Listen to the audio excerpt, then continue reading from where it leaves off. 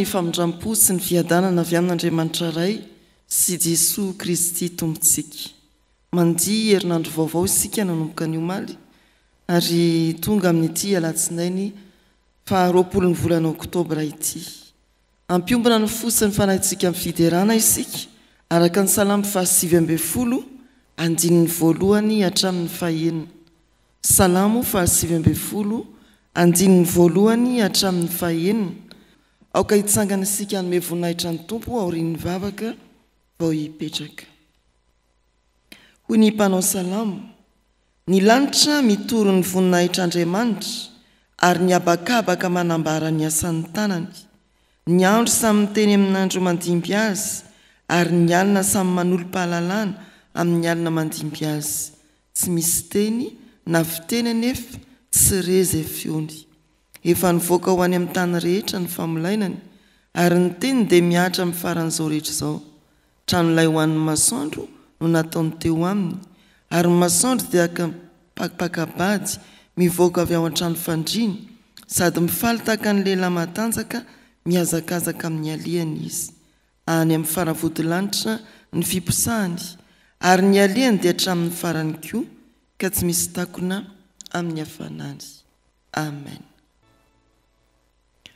Hivavaka isika. Tompo misaotra anao izahay fa ny lanitra sy ny tany dia samy mitory ny voninahitrao. No ny fitiavanao sy ny famindramponao dia mbola afaka manonona fiderananao koa izahay. Isaoranay ianao izany. Ankasitrahana indrindra mbola azahoanay tombonandro ahavelomana ary ahafanay koa miditra eto an-tranonao amin'ity maraina vaovao ity. Misaotra Tompo no ny asan'ny fanahy masina efa namoanay tamin'ny toromasom-panahinay mba mbola fo azy ihany izahay handre ny teninao, handray ny teninao, hiaina amin'ny teninao ary omeo fahavononana koa hamokatra ho anao Tomponay. Dia ny fanahinao masina no ampahiratra ny masonay indray ahafanay mahita ny zava-mahagaga ao amin'ny lalanao. Amin'ny anaran'i Jesosy. Amen. Araka ny fandarana mofinaina dia ny Tesalonianina voalohany 5 manomboka eo amin'ny 2:20 hatramin'ny 2:20 anjarantsika fiangonana amin'ity anio ity.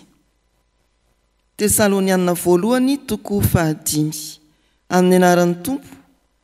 Ary mangataka aminareo izahay ry rahalahy mba hekenareo izay mikely ihany eo aminareo sy mitondra anareo amin'ny Tompo ary mananatra anareo ary mba ho hajainareo indrindra amin'ny fitiavana izy no ny asany mihavana tsara ary mananatra anareo izahay ry rahalahy anaro izay tsy mitoetra tsara metoky ny malemisaina ampaherezo ny reraka mandefera amin'ny olona rehetra tandremo mba tsy hisy amaly ratsy olona fa miezama mandrakariva hitady izay tsara na amin'ny namanareo na amin'ny olona rehetra.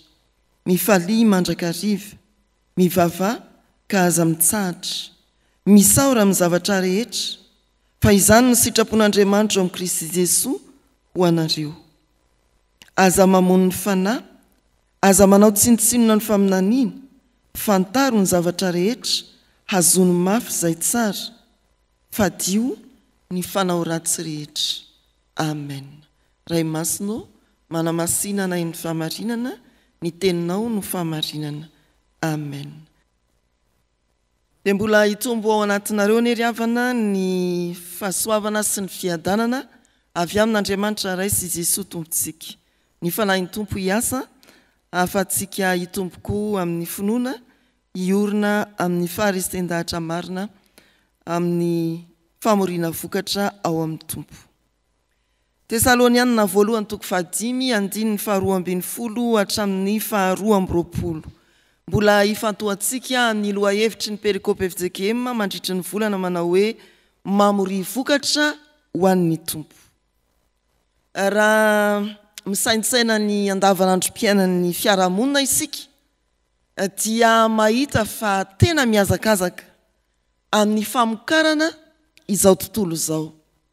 tsy mitsahatra manao fikaroana mba hazona vokatra tsaratsara kokoa, hampandroso, hampitombo ary karena samihafa. Fa izany ve ny eo amin'ny fiangonana?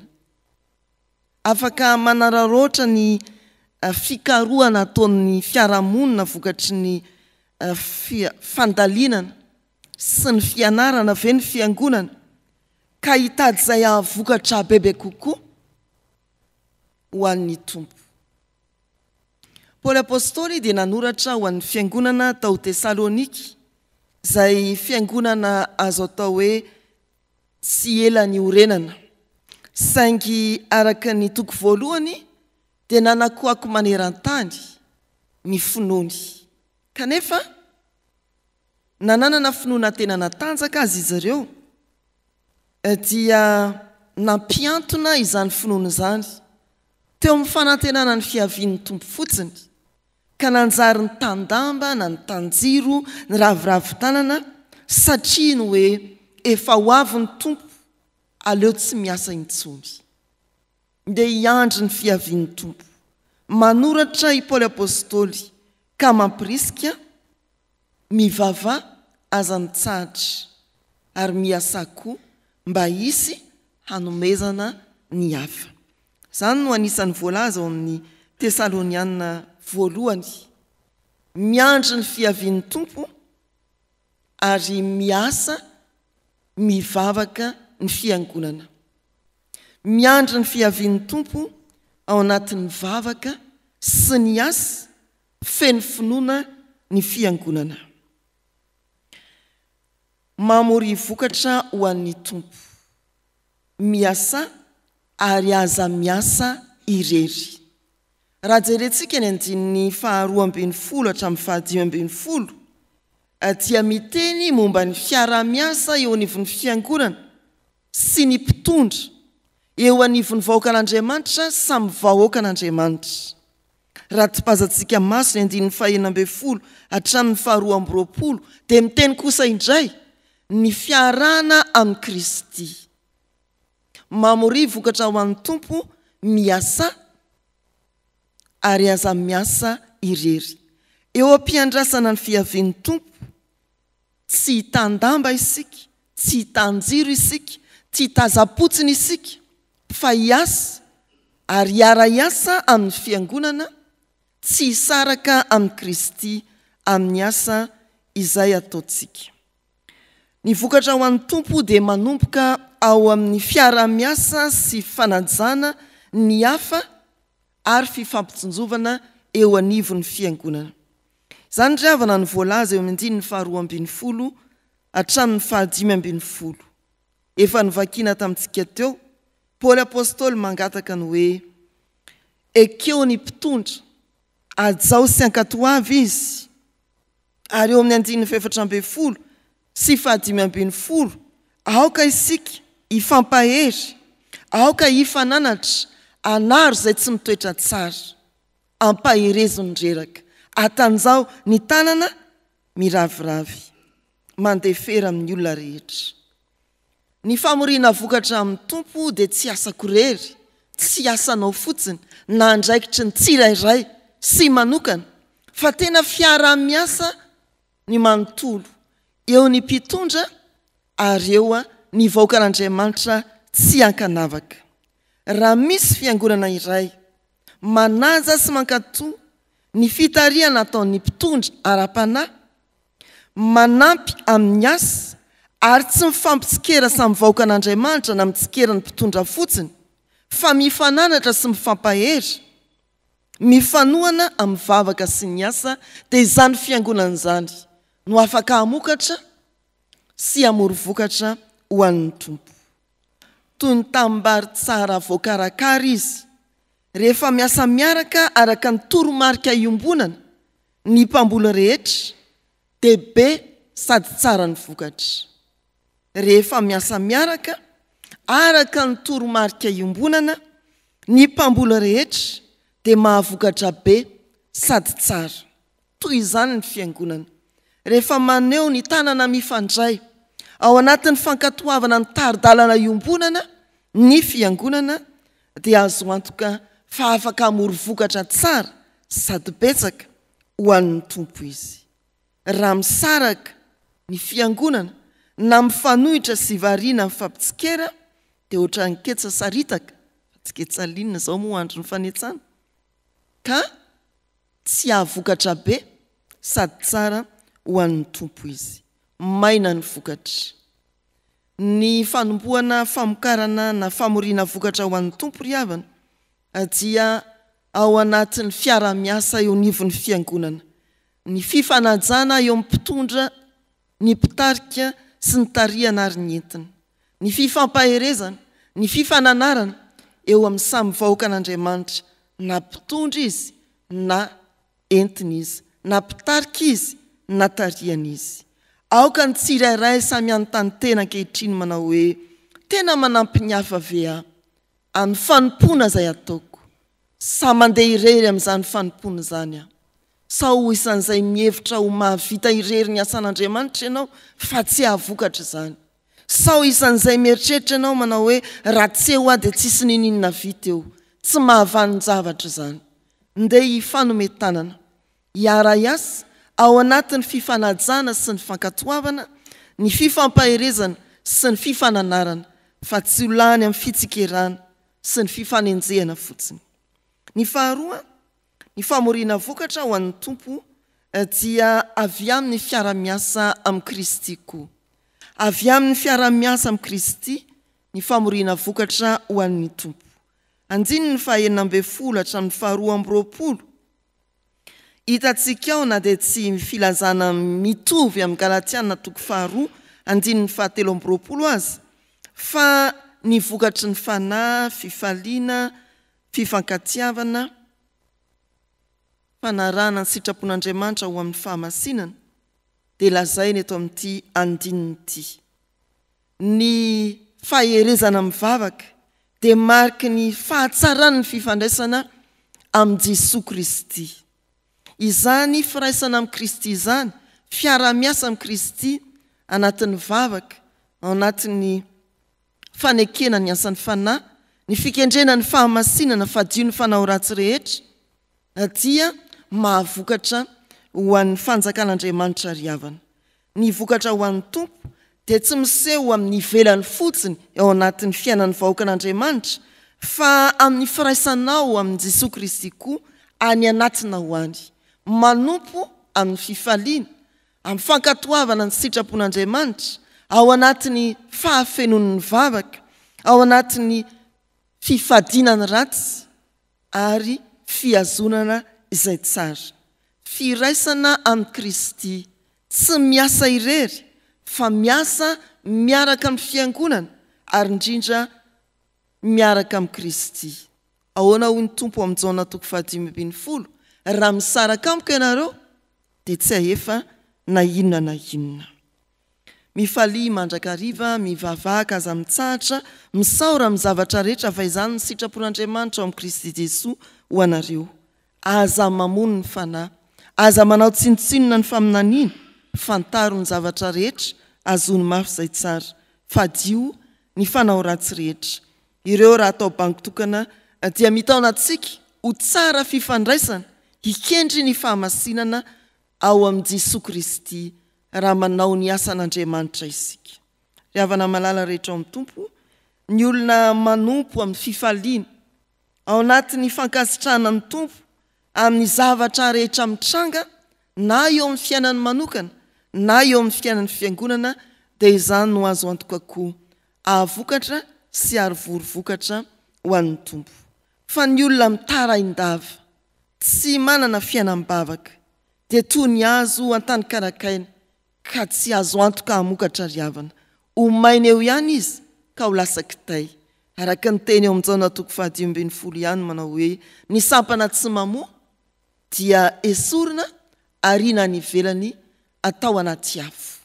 Ry havana malala rehetra ao amin'ny tompo, aoka ho feno vavaka isika, aoka hamela ny asan'ny fanahy amin'ny fanompoana tanterahantsika isika, aoka hanana etaeta ny tenin'Andriamanitra isika fa io ny fahana, araka ny teny manao hoe aza manao tsinotsinona ny faminaniana.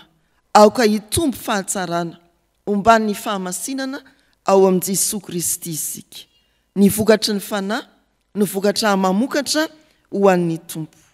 Ny fanambaran'ny Paoly eto dia manam-piatsika atakatra fa ny famoriana vokatra ho an'ny tompo dia tsy andiananao irery fa iarahanao amin'ny fiangonana eo ambany fitariana feno fanajana. Tsy andiananao irery fa iarahanao amin'ny fiangonana ary ikambanana amin'ny Kristy. Raha fiangonana tia hamory vokatra ho an'ny tompo, aza mandeha irery amin'ny fanompona. Raha fiangonana tia hamory vokatra ho an'ny tompo, ataovy tsara ny firaisanao amin'ny Kristy. Raha fiangonana tia hamory vokatra ho an'ny tompo, aza mpanginina ny fanahy masina. Dia ny firariana amintsika ry havana, hiteny amin'ny tompo manao hoe tompo eto aho, ampiasao hiaraka amin'ny hafa ary tsy ho tafasaraka aminao. Ho an'Andriamanitra ny voninahitra. Amen. Hivavaka isika. Tompo, misaotra anao noho ny fotoana nahafahanay nandre indray ny hafatra avy amin'ny teninao. Ho fiainanay izany, hijoroanay amin'ny fanomponanao ato amin'ny fiangonana, ka tsy hevitra ho mahavita rery izahay, fa tsy maintsy hanome tanana ny hafa ary handray ny fanampin'ny mpiara-miasa koa. Tsy eto amin'ny fiangonana ihany no iantsoana ao anay hamory ny vokatra amin'ny fanompona, fa irahanao koa eny amin'ny fiarahamonina izahay hijoro ho vavolombelonao, aneo tanana mifandray ho fampandrosoana ny fiarahamonina, ho fahazavana sy fanasina ho an'izao tontolo izao.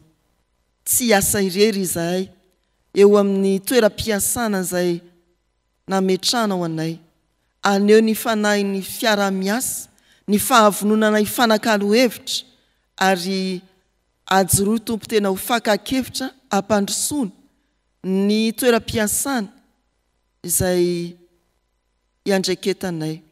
Ininona asa ataonay dia ataovy tsapany manodidina, fa olona fakan-kevitra izahay, olona fiara-miasa sy ny fiombonana hampandroso izahay. Apetraka eo am-pelantananao ny momba anay manokana, ny ara-panahinay, ny ara-pahasalamananay, ny ara-ankonana, ny ara-pianakaviana, ny fiarahanay miaina amin'ny hafa.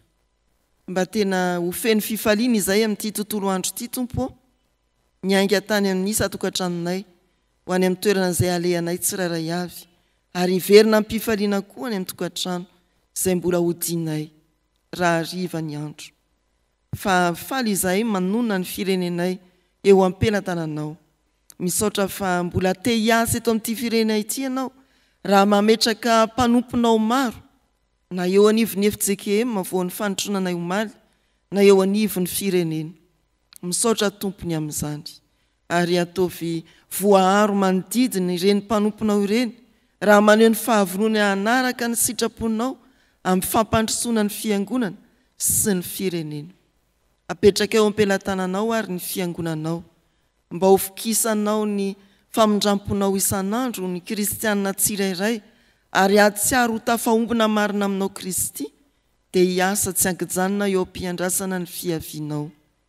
Jesosy, mety misy zavatra mahasoa anay, tsy takatry ny sainay akory, dia aoka ianao no hanapaka ny amin'izany, ary hahatanteraka ny mahatsara ny tsirairay araka ny sitraponao.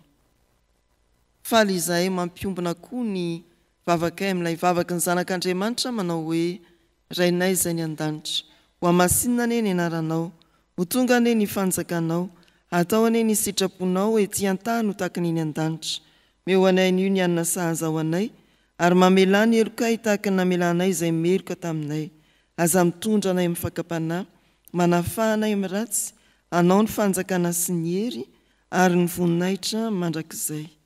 Amen. Raisoa amin'ny fankasitrahana ary ny tsodrano-tononona amin'ny anaran'ny Tompo. Ary Andriamanitra ny fiadanana, ahamasina anareo samy ho tanteraka, dia aoka arovana avokoa ny fanahinareo sy ny anareo, ary ny tenanareo ho tanteraka tsy anatsiny amin'ny fiavian'i Jesosy Kristy Tompontsika. mahatoky izay ny antsonareo sady izy ihany no hanefa izany. Amen.